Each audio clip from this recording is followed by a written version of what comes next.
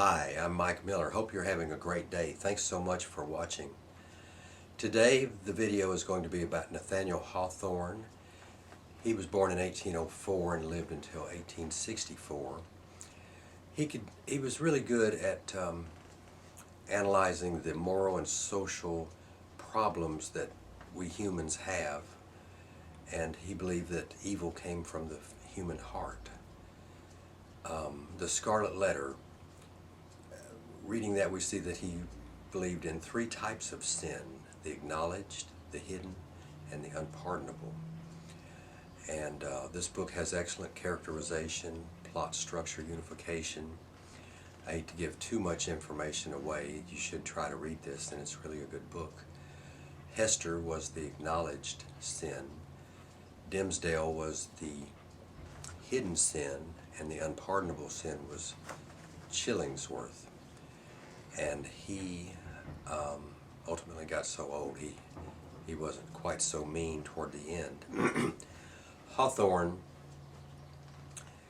more or less created the mad scientist story also. He published Rappaccini's Daughter, and it's about this doctor who poisons his own daughter, and then she dies when another doctor is trying to give her an antidote for this poison that her dad has been injecting into her. The birthmark left an impression on me for sure. The short story, The Birthmark, about a doctor who has a beautiful wife, but she has a birthmark, and he's obsessed with this, and he talks her into letting him take this birthmark off, and she died from complications of the surgery. So, young Goodman Brown, that's something. I would hate to have gone through that experience. Like, he caught his wife and some of his friends and his priest. He just walked up on them and inadvertently and discovered them in a satanic ritual. And he watched and listened for a while, and he never told any of them that he had discovered this. But he had to live with this knowledge of knowing how they really were. He could see the hypocrisy, how the things they said to him, and he knew how they really were. And that was a very all of the writings of Hawthorne are worth reading, because he really had something going on.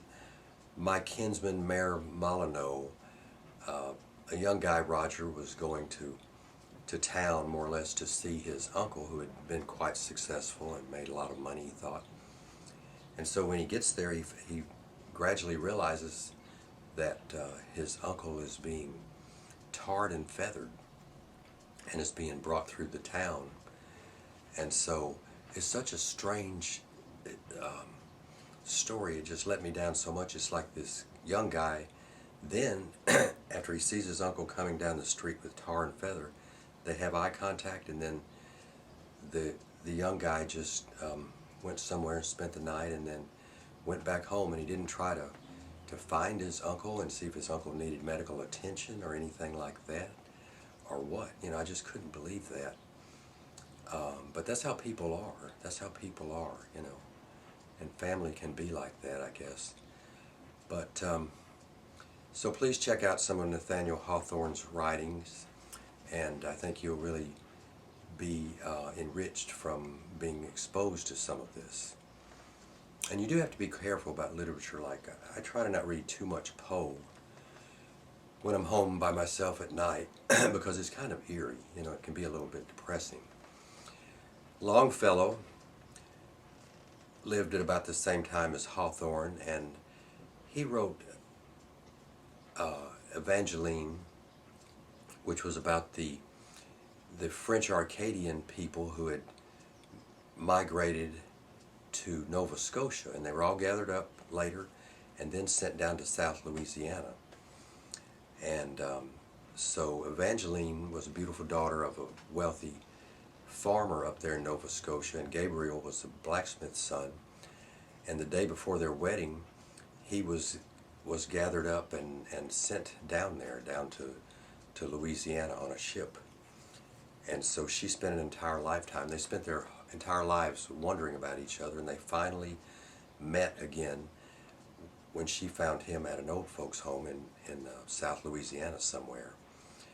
and they didn't even recognize each other at first, but gradually figured it out. So something like this could have easily happened, you know, and Longfellow was moved to write this work.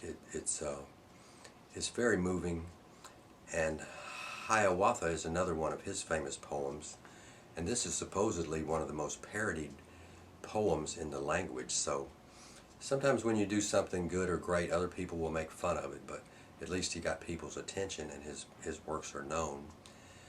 And so I hope you enjoyed this information about Nathaniel Hawthorne and Longfellow, early American writers who lived in the early 1800s. Thank you so much for checking out my videos. I really appreciate it. I hope you have a great day and continue to watch my videos when you want to. Thanks a lot.